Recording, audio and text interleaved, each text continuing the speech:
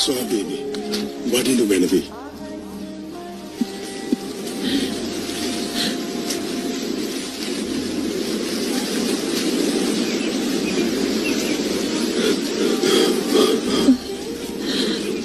ඔබ වහන්සේගේ ශ්‍රී පායුග්මයට මම සේතුවක් වෙනවා.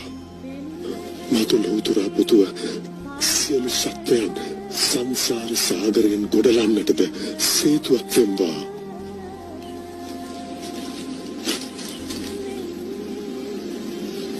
මහණෙනි, මට ජීවිතය පුදාහොත් මේ ධානලාභී තපස්සී පුරුෂයා දස පාරමිතා පුරා සාරා සංඛ්‍ය කල්පලක්ෂයකින් මතු ගෞතම නම් බුදුවන්නේය.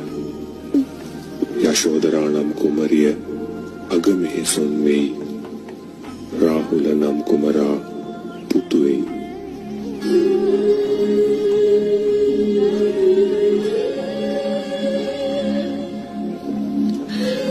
යශෝදරා මම වෙම්වා.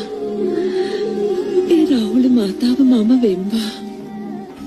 පාරමිතා පූර්ණයට අනුබල දෙමින් බුද්ධත්වයේ දක්වා ආත්මයක් පාසා සංසාරයේ ඇවිද යන්නට විවරණ ලබම්වා.